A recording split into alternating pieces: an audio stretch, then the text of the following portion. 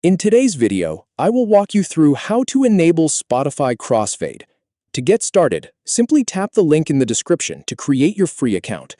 Once you are in the main window, look toward the top right corner of the app. You will see your profile area there. Click your profile icon or name to open the menu. From the menu, select Settings. This will take you to the page where you can adjust your Spotify preferences. Scroll down until you find the Playback section. In this section, look for the option called Crossfade Songs. You should see a switch or toggle next to it. Turn on the Crossfade Songs toggle. Once it is enabled, a slider will appear.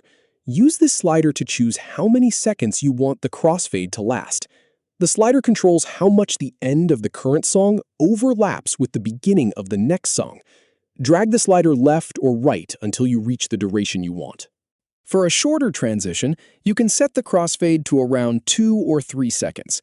For a longer transition, you can set it between 5 and 8 seconds. You can also start with a setting between 4 and 6 seconds and adjust it from there, based on your playlist and listening preference. Once the toggle is turned on and the slider is set to your preferred duration, the change takes effect immediately. There is nothing else you need to save or confirm. As your playlist moves from one track to the next, the crossfade will be applied automatically. If you do not notice the transition right away, play 2 songs back to back without pausing and check that the crossfade slider is not set to 0. You can return to the playback section anytime and adjust the slider if you want to change the length of the transition. Simply drag it to a shorter or longer duration based on how you want the songs to blend together. And that is how to enable Spotify Crossfade. Once the setting is turned on and your preferred duration is selected, Spotify will automatically apply the transition as your music moves from one track to the next.